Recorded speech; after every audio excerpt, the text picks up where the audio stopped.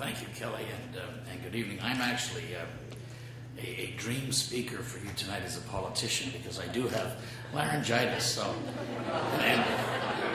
and what's even better is I'm a politician with money who can't talk. So that's it's kind of ideal. I went through a pre-budget town hall hearing last year when we were. Last year was very difficult. The past year has been quite difficult in terms of the world economy, and I went to a hall to do this in suburban Vancouver, and all I did all night was take notes, and I didn't say anything. At the end of the evening, I got a standing ovation. And I thought to myself, there's a lesson to me. It's a lesson to all politicians. The less you say, the more popular you'll be. I wanted to be here. I'm glad to be here from Ottawa. I'm always glad to be anywhere from Ottawa. And it's great to be in Toronto, of all places. I didn't know the Ivy School had moved. It's great to see the new spot here. A couple of words about Dean Carroll Stevenson.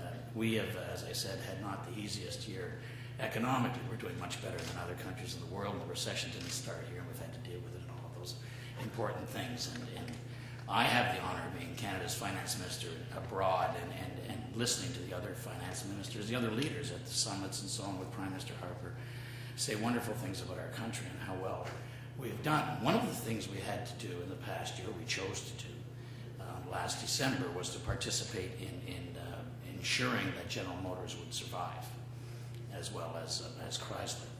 Once that was done, with the cooperation of the Government of Ontario and the Government of Canada, of course, we get one representative on the board of the new General Motors.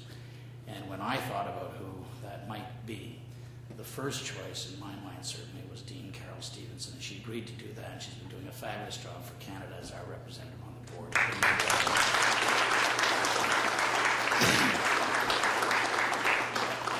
And she tells me they're going to start paying back the loan, which is excellent news.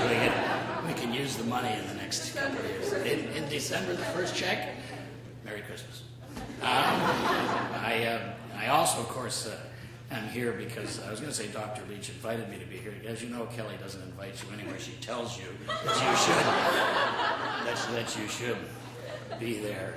And she has contributed a great deal, I know, to health innovation in Canada, and the work she did for the federal health ministry is very, very important work and groundbreaking work. But before that, I asked Dr. Leach if she would chair in my first budget several years ago the Children's Fitness Tax Credit Panel, which she did with a couple of other great Canadians, and produced a report. And it's one of those wonderful reports because it became law.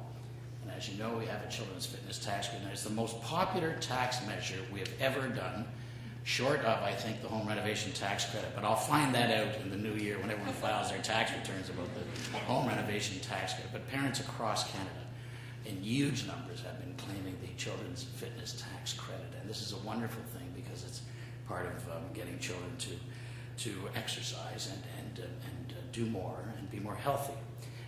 And Kelly did all of that along with her colleagues on the panel for the grand sum of $1. And that's what we do. My department was very upset when I asked them to produce a check for $1, knowing that it would never be cashed. But Kelly still has the check. I know it hasn't been cashed. We checked. I appreciate that.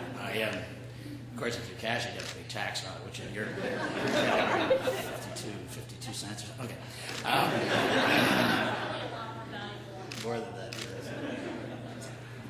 All of that work I very much appreciate, and I very much appreciate the Ivy Center for Health Innovation and Leadership. I'm going to abbreviate what I was going to say, but this is a brilliant idea. You know, I've done 4 budgets now, 8 budget bills, all in a minority government. That hasn't happened before. We've persisted despite our efforts to get defeated. We've been unsuccessful. And I'm going to have to do another budget now. There's no end to this budgeting in difficult times. So we'll do that. But when I first heard through the Dean and through Dr. Leach about the concept of the Ivy Center for Health Innovation and Leadership, I thought this is a brilliant idea. This is something that the Government of Canada should become engaged in. And so we did. In the last budget, on January 27th this year, we We supported this important Center of Excellence with a pledge of $5 million over 5 years, which will help get the center off the ground.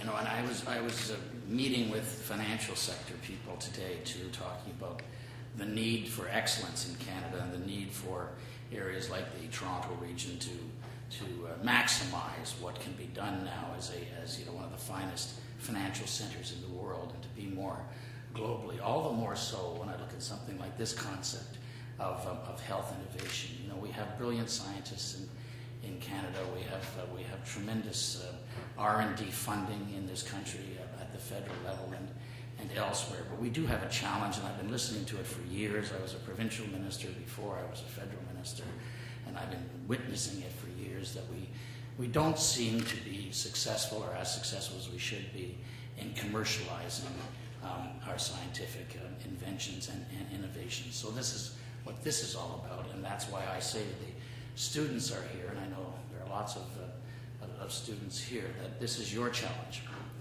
Your government is backing this up, certainly federally. You have tremendous leadership people who are leading this innovative idea, but your challenge is to go out as the business connection, as with the business expertise, and to find the products and find the innovations and find the scientists, and then bridge that into tremendous success for our country, because after all, that will be the measure of the new Center for Health Innovation and Leadership.